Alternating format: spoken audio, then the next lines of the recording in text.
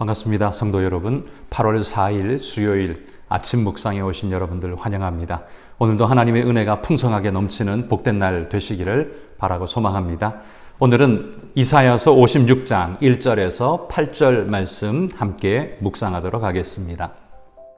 여호와께서 이와 같이 말씀하시기를 너희는 정의를 지키며 의를 행하라.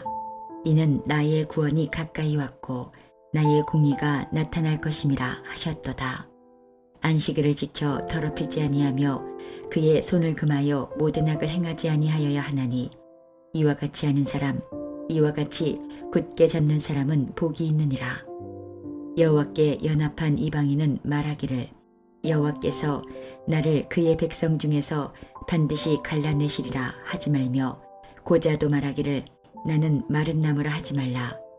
여호와께서 이와 같이 말씀하시기를 나의 안식일을 지키며 내가 기뻐하는 일을 선택하며 나의 언약을 굳게 잡는 고자들에게는 내가 내 집에서 내 성 안에서 아들이나 딸보다 나은 기념물과 이름을 그들에게 주며 영원한 이름을 주어 끊어지지 아니하게 할 것이며 또 여호와와 연합하여 그를 섬기며 여호와의 이름을 사랑하며 그의 종이 되며 안식일을 지켜 더럽히지 아니하며 나의 언약을 굳게 지키는 이방인마다 내가 곧 그들을 나의 성산으로 인도하여 기도하는 내 집에서 그들을 기쁘게 할 것이며 그들의 번제와 희생을 나의 제단에서 기꺼이 받게 되리니 이는 내 집은 만민이 기도하는 집이라 일컬음이 될 것임이라. 이스라엘의 쫓겨난 자를 모으시는 주 여호와가 말하노니 내가 이미 모은 백성 외에 또 모아 그에게 속하게 하리라 하셨느니라. 자, 오늘 말씀에 보면 하나님께서는 이사야를 통해서 1장부터 39장까지 멸망 직전에 있는 백성에게 하나님의 정의와 의를 행할 것을 선포하면서 그들의 죄를 지적하셨습니다. 그들이 뭘 잘못하고 있는지를 분명하게 깨닫게 하신 것이죠. 그리고 40장부터 55장까지의 이야기 속에서는 하나님께서 이 멸망으로 포로 끌려가게 될 그들을 바라보시며 내가 너희를 돌이켜 회복할 것이다 라는 약속의 말씀을 계속해서 던져주셨습니다.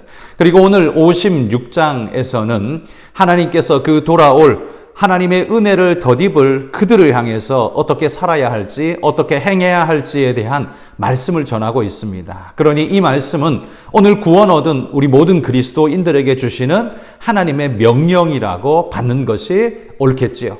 1절에 보시면 이렇게 말합니다. 여호와께서 이와 같이 말씀하시기를 너희는 정의를 지키며 의를 행하라. 이는 나의 구원이 가까이 왔고 나의 공의가 나타날 것임이니라 하셨도다. 이렇게 말합니다. 우리에게 하나님은 정의와 공의를 행할 것을 명령하고 있습니다. 여기 성경이 말하는 정의가 무엇이겠습니까? 약자들을 억압하고 지배하는 잘못된 그런 횡포가 아니라 옳고 바르게 공명정대하게 대하는 바른 삶의 태도, 하나님이 자기 백성을 돌보시듯 대하시는 옳고 바른 삶의 태도를 성경은 정의라고 부르고 있다는 거죠. 구원 얻은 우리에게 하나님은 이런 정의와 의가 우리 삶에 나타날 것을 촉구하고 계신다라는 사실입니다. 하나님이 너희에게 은혜와 공의를 베푸셨으니 너희도 너희 이웃들에게 공의와 정의를 베풀며 너희 형제들에게 의를 나타내며 살라라는 명령을 하고 계십니다.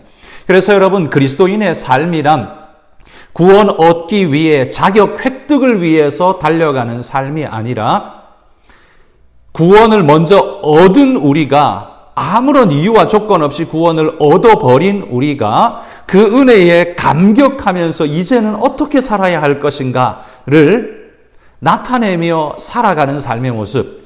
여러분, 그게 바로 그리스도인의 바른 삶의 모습이라는 사실을 우리가 기억해야 합니다.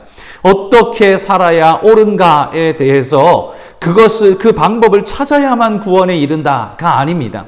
성경이 이야기하는 하나님이 우리에게 삶의 바른 공의와 정의를 요청하는 건 구원 얻기 위해 너희가 달려가야 할 과제를 우리에게 던져주신 것이 아니라 구원 얻은 자가 살아가야 할 마땅한 삶의 자세를 우리에게 제시하고 있다는 거죠. 그게 바로 정의와 의를 행하는 삶이라고 성경은 말하고 있습니다.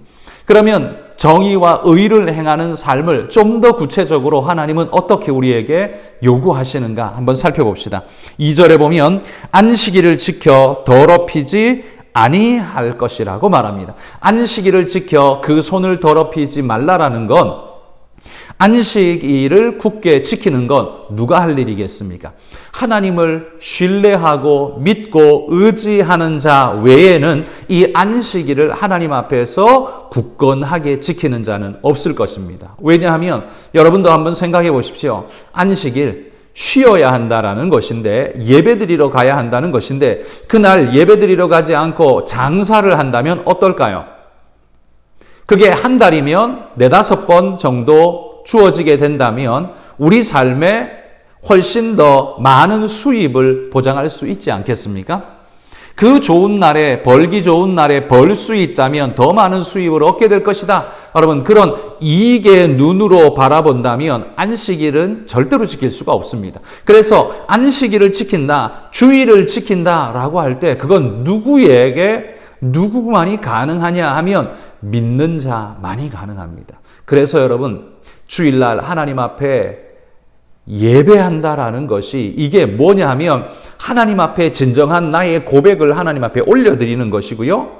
삶의 유익이 내 기준이 아니라 하나님이 내 기준이십니다 라고 선언하는 삶의 모습이 바로 주일 성수하는 자의 모습이라는 겁니다. 우리가 마음을 조금만 약하게 먹고 이익에 눈이 멀어버리면 어떻게 됩니까?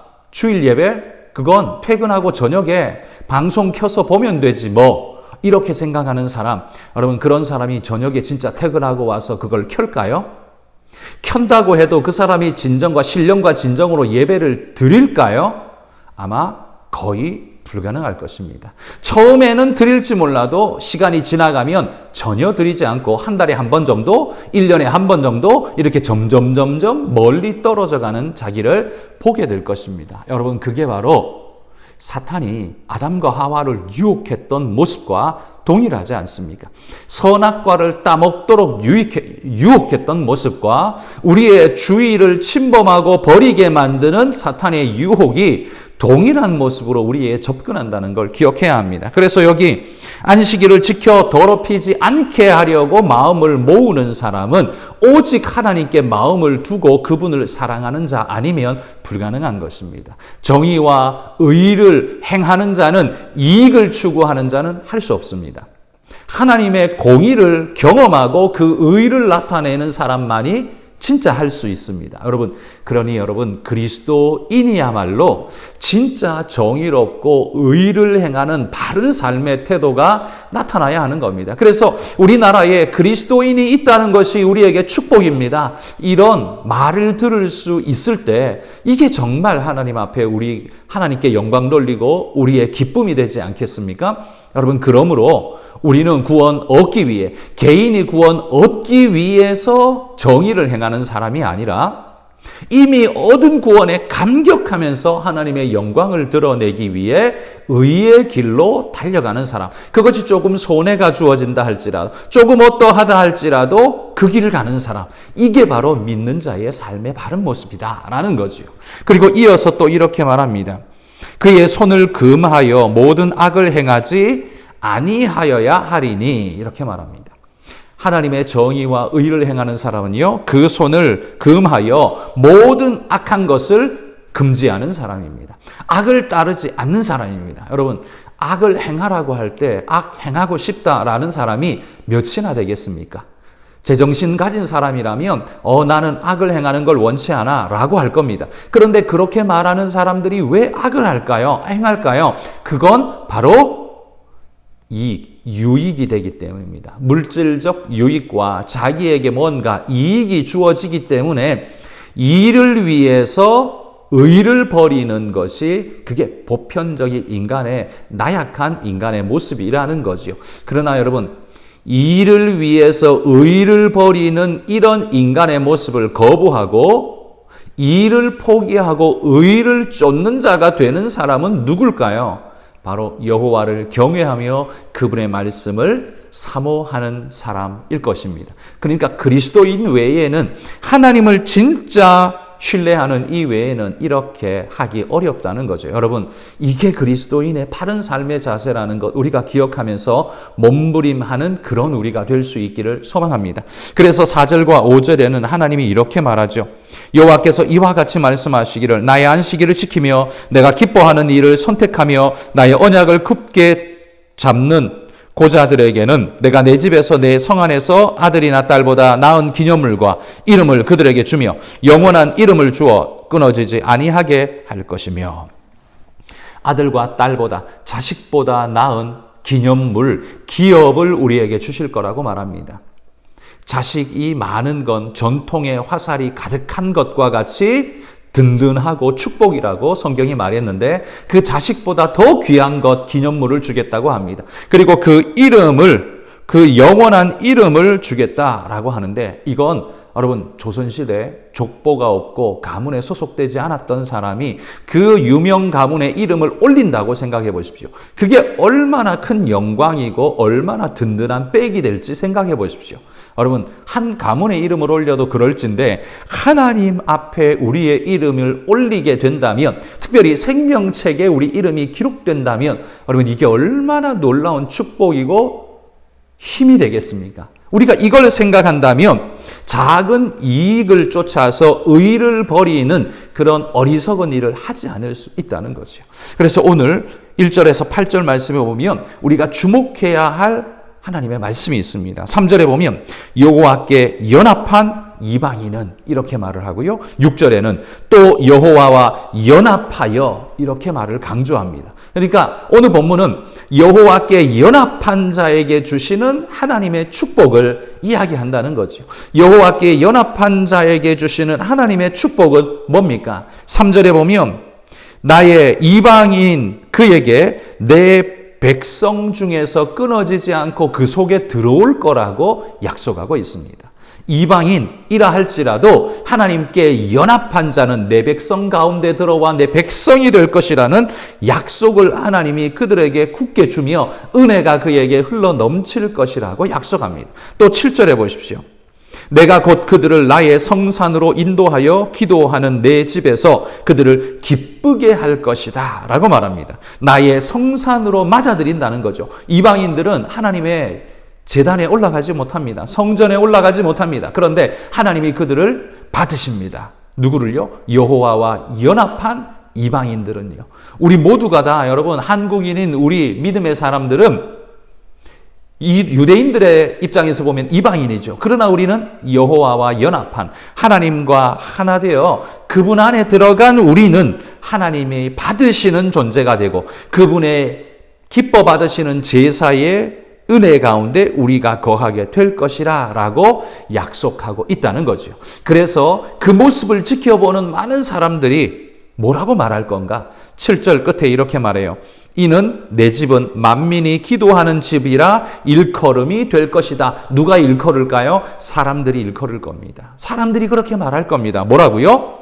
하나님의 집은 만민이 기도하는 집이다. 누구 하나에게만 국한된 게 아니라 모든 사람을 맞아들이고 환영하는 축복의 집이다 라고 말하게 될 것이라는 거죠. 누구 때문에 이런 말이 퍼져갈 수 있습니까? 여호와와 연합한 자들 때문입니다. 특별히 여호와와 연합한 이방인들 때문에 그렇게 될 것입니다. 바로 우리 같은 자들이죠.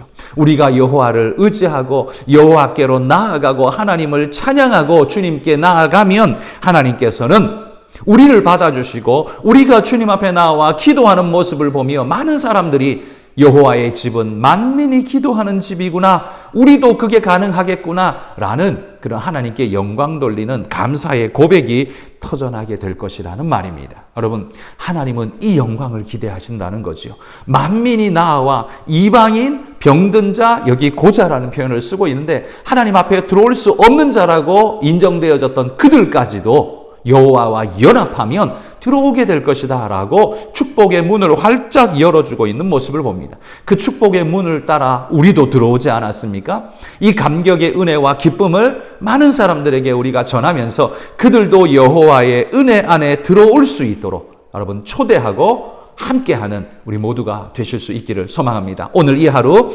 여호와와 연합하는 자가 되기를 갈망하는 우리 성도님들 되시기를 축복합니다. 같이 한번 우리 기도할까요? 오늘 우리가 여호와와 연합하는 자가 되게 해주시고 하나님의 영광을 드러내는 자가 되게 해달라고 기도하시고요. 오늘 특별히 태국의 김건용, 김동숙 선교사님 위해서 기도해 주십시오. 건강과 코로나의 안전을 지켜주시고 CGT 교단 신학교를 통해 하나님의 복음이 잘 전달되어질 수 있도록 인도해 달라고 기도해 주시기 바랍니다. 같이 한번 잠깐 기도합시다. 하나님 감사합니다. 오늘도 연약한 우리를 불러 하나님의 백성 되게 하시고 모아주신 것을 감사합니다.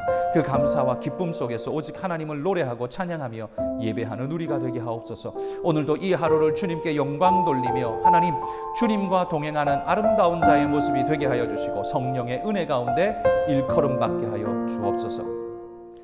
하나님 아버지 감사합니다. 오늘도 우리에게 주신 이 약속의 말씀을 부여잡습니다. 여호와와 연합하며 주님 안에 들어간 자들이 되게 하시고 하나님의 영광을 위해 이 하루도 살아갈 수 있도록 우리 성도들을 붙잡아 주옵소서. 예수님 이름으로 기도합니다. 아멘.